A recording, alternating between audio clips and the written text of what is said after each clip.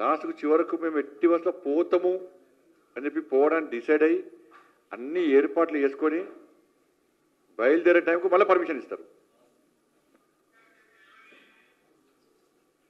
ఈరోజు కూడా మేము 4th నాడు పర్మిషన్ అప్లై చేసినాం.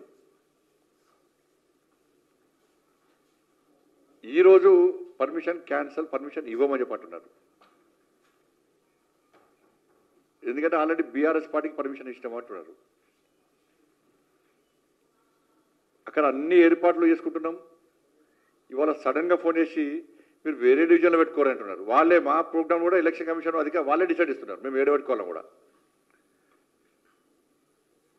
కానీ బీఆర్ఎస్ వాళ్ళకు కాంగ్రెస్ వాళ్ళకు వాళ్ళిద్దరికీ ఎక్కడంటే అక్కడ పర్మిషన్లు. వాళ్ళు స్వేచ్ఛగా మీటింగ్లు పెట్టుకోవచ్చు, బ్రహ్మాండమైన ఏర్పాట్లు చేసుకోవచ్చు. ఎన్నికల ఖర్చు చూడరు వాళ్ళది. వాళ్ళ పర్మిషన్ల గురించి వాళ్ళు అడగరు. వాళ్ళకి ఎక్కడ అడ్డంకులు రావు. వాళ్ళను ఎవ్వరు ఆపరు. పూర్తి స్వేచ్ఛ ఉన్న జూబ్లీస్లో వాళ్ళకు.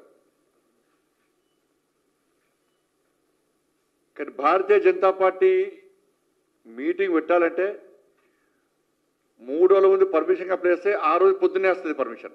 ఏ రోజు మీటింగ్ పెట్టుకుంటే పొద్దున పర్మిషన్ వస్తుంది. మేము అటో స్పీకరు ఇటో స్పీకర్ పెట్టుకొని ఒక మౌత్ పీస్ పెట్టుకొని ఒక రథం పెట్టుకొని మాట్లాడాలి. వాళ్ళు మాత్రం మొత్తం డీజేలు, మొత్తం ఎల్ఈడి బోర్డ్స్, స్క్రీన్స్, 2 పార్టీలు. వీళ్ళని వాళ్ళ తిట్టుడు, వాళ్ళు వీళ్ళని తిట్టుడు. ఇంతే. ఇక అభివృద్ధి గురించి వీళ్ళు మాట్లాడరు, వాళ్ళు మాట్లాడరు. ఎందుకంటే మాట్లాడే అర్థం వీళ్ళకి లేదు, వాళ్ళకి లేదు. ఈ తిట్టుకొని అభివృద్ధి విషయంలో ప్రజల దృష్టి మళ్లించే ప్రయత్నం చేస్తున్నారు. భారతీయ జనతా పార్టీ విషయంలో ప్రజల్లో ఒక చర్చ జరుగుతున్నది. వాళ్ళు అనేక మంది నాయకులు డోర్ టు డోర్ క్యాంపెయినింగ్ చేస్తున్నప్పుడు మేము బీఆర్ఎస్ మీద కోపంతో కాంగ్రెస్ పార్టీ కొట్టేసినాం. ఇవాళ కాంగ్రెస్ మీద కసి ఉంది మాకు. అది తీర్చుకోవడానికి ఇలా మేము బీజేపీకి ఓటయ్యబోతున్నాము అని చెప్పించి స్పష్టంగా ప్రజలందరూ చెప్తున్నారు. దీన్ని తట్టుకోలేకనే ఈ వాతావరణం ఇంకా నిర్మాణం అయితే మేము తట్టుకోలేము. భారతీయ జనతా పార్టీకి తాకిడి తట్టుకోలేము.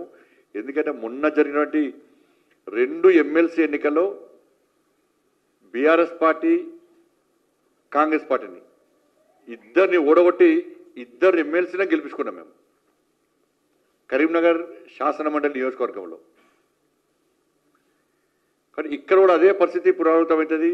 డబ్బుల ద్వారా గెలవలేము మీద మేము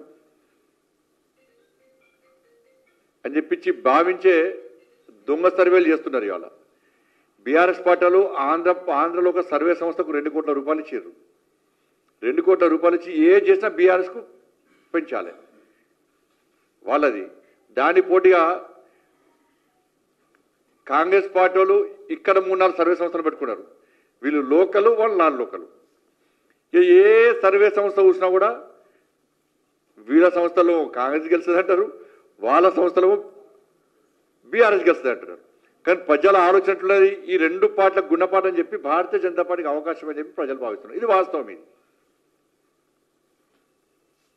దీన్ని గుర్తించిన తర్వాతనే ఇవాళ కాంగ్రెస్ పార్టీ ఒక అడుగు ముందుకేసి తురుకోల మెప్పు పొందడానికి ఇవాళ ముందుకు వస్తూ ఉన్నది.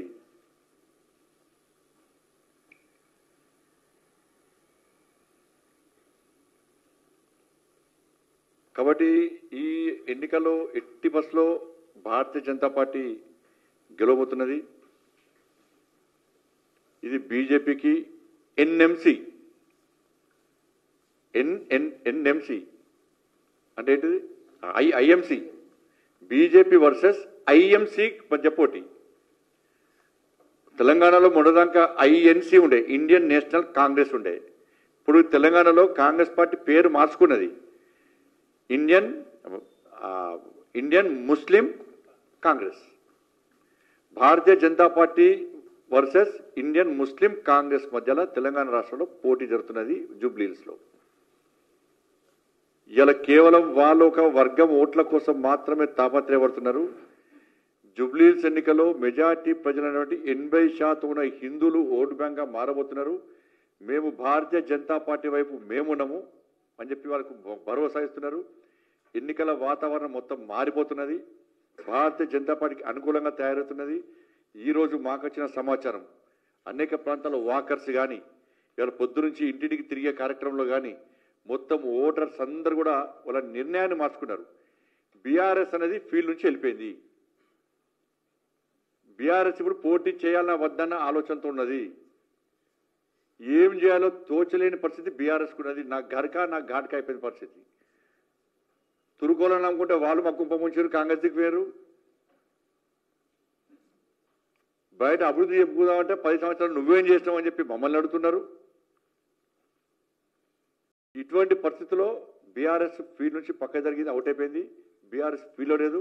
ఇక్కడ జరిగేది బీజేపీ ఐఎంసీ, ఈ రెండింటి మధ్యలో పోటీ. నేను జూబ్లీహిల్స్ ప్రజలకు విజ్ఞప్తి చేస్తున్నా, మీరు భారతీయ జనతా పార్టీ వైపు ఉంటారా, ఇండియన్ ముస్లిం కాంగ్రెస్ వైపు ఉంటారా? మీరు నిర్ణయం తీసుకోండి. మీకు అభివృద్ధి కావన్నా అరాచకాలు కావన్నా అర్థం చేసుకోండి. కాంగ్రెస్ గెలిస్తే ఎంఐఎం పార్టీ గెలిచినట్టే.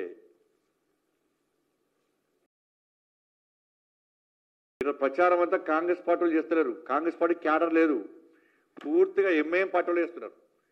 ప్రచారం అంతా కూడా ఎంఐఎం పార్టీలే.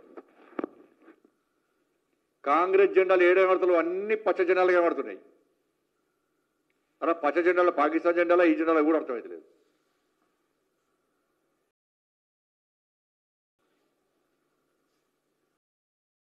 రాష్ట్ర ముఖ్యమంత్రి ఇక దిగజారి ముఖ్యమంత్రి హోదా లెక్క వివరించకుండా కాంగ్రెస్ అంటేనే ముస్లిం అట, ముస్లిం అంటేనే కాంగ్రెస్ అట. ఈ దేశ జవాన్లను కించపరిచే విధంగా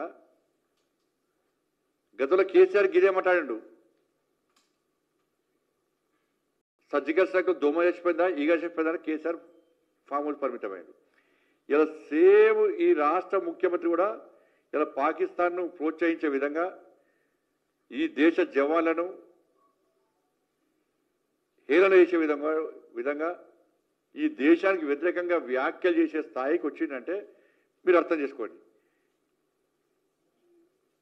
నేను కాంగ్రెస్ పార్టీ కార్యకర్తలు విజ్ఞప్తి చేస్తున్నా, మీరు ఎట్టి మీద గెలవరు, బీజేపీ గెలవబోతున్నది.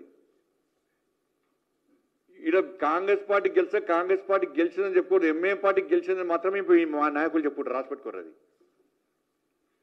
అంతా అవసరమా మీకు కాంగ్రెస్ పార్టీ క్యాడర్కు?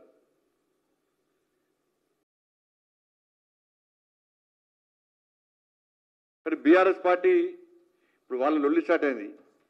మాగంటి గోపీనాథ్